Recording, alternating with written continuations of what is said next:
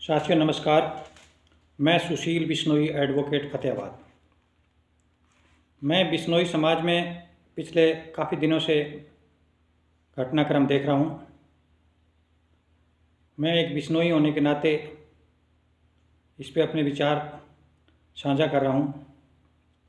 मैं आपको बताना चाहता हूँ कि मैं ना तो आज तक कुलदीप बिश्नोई से मिला और ना ही मैं अभी तक कभी भी देवेंद्र बूढ़िया जी से मिला हूँ। मैं एक बिश्नोई होने के नाते अपने विचार साझा कर रहा हूँ। ये इसलिए कर रहा हूँ कि कल मुझे एक दो छात्र मिले जो बिश्नोई मंदिर हिसार में रहते हैं। उन्होंने बताया कि जी हिसार में तो मंदिर में अब आगे से कैसे रहना होगा, क्या कमरे मिलेंगे नहीं मिलेंगे, कई प्रकार की बातें वहाँ चल रही। तो मैंने सोचा कि मैं अपने विचार समाज के लोगों तक, कुलदीप बिश्नोई तक और देवेंद्र बूढ़िया जी तक पहुँचाऊँ कि इस जो विवाद है, जो जनमानस के बीच में शंका है, उसको ख़त्म की जाए और समाज को आगे ले जाने के लिए काम किया जाए। जो ये घटनाक्रम पैदा हुआ है, इस घटनाक्रम पे मैं चर्चा करना चाहता हूँ। सबसे पहले देवेंद्र बूढ़िया जी की, कि जो कि हमारे राष्ट्रीय अध्यक्ष हैं। बूढ़िया जी पिछले काफ़ी समय से अध्यक्ष हैं।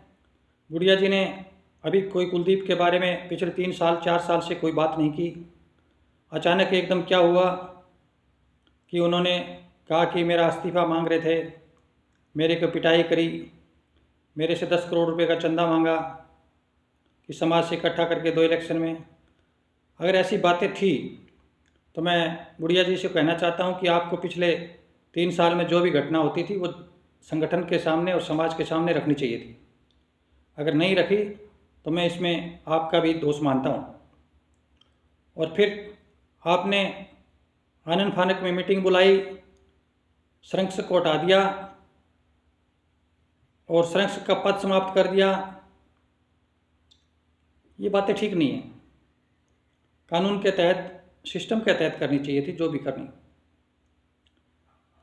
अब मैं बात कुलदीप बिश्नोई की करूँ तो कुलदीप बिश्नोई जी को अगर ऐसी कोई बात थी तो संगठन में करनी चाहिए थी, ना कि सीधा अध्यक्ष को हटा देना, नया अध्यक्ष को चयन कर देना, लेटर जारी करने, रणधीर पनियार के थ्रू इस्तीफ़ा लेना।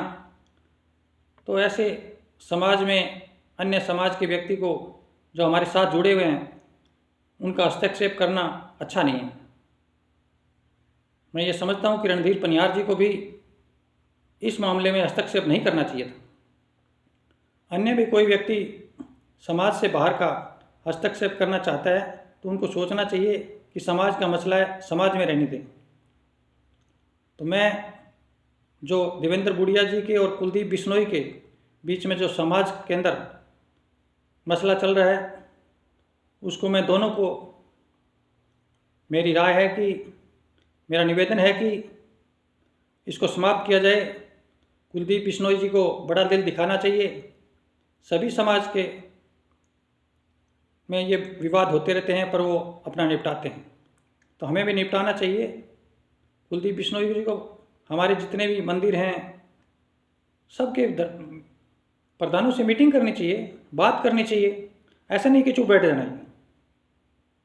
अगर कोई विवाद है, अगर कोई बात है तो करनी चाहिए जिससे समाज का भला हो, समाज आगे तक जाए, ना कि समाज में एक डिस्प्यूट हो, समाज में 2 ग्रुप बने। ऐसा नहीं करना चाहिए। देवेंद्र बूढ़िया जी को भी सोचना चाहिए कि आप 3 साल अध्यक्ष रहे थे, तब तक कोई बात नहीं हुई, बहुत अच्छा चलता रहा। तो अब आप एक कमेटी बनाइए, जो भी घटनाक्रम है, चाहे वो कुलदीप के बारे में है, चाहे आपके बारे में है, उसका निष्कर्ष आए और उसके बाद एक निर्विरोध सामाजिक आदमी का अध्यक्ष के पद पर चयन किया जाए, ताकि जो राजनीति से प्रेरित ना हो, राजनीति उसमें दखलंदाजी ना करे और समाज को आगे ले जाने में सहयोग करे, ऐसे व्यक्ति का चयन हो। और समाज के जितने भी संस्थाएं हैं पूरे भारतवर्ष में है, उनका एक, हर समाज को पता होना चाहिए व्यक्ति को कि हमारा समाज का कहाँ का प्रॉपर्टी है, कितनी प्रॉपर्टी है, क्या क्या मामला है, ये सब समाज के लोगों को पता होना चाहिए। कमेटी बनाई जाए, कमेटी उसकी पूरी विस्तृत रिपोर्ट तैयार करे और जनता को बताए समाज के, ताकि समाज भी अपने आप को महसूस कर सके कि हमारे कहाँ कहाँ क्या क्या है। तो मैं समाज के लोगों से भी निवेदन करता हूँ कि आवाज़ उठाए, डिस्प्यूट है उसको सोल्व करवाने का प्रयास करें। कुलदीप बिश्नोई जी से और देवेंद्र बुढ़िया जी से निवेदन करता हूँ कि इसको बड़ा दिल दिखाकर सॉर्ट आउट करके समाज की तरक्की पे जो रास्ता है उस पर ले जाएं, ना कि इसमें विवाद पैदा किया जाए। धन्यवाद।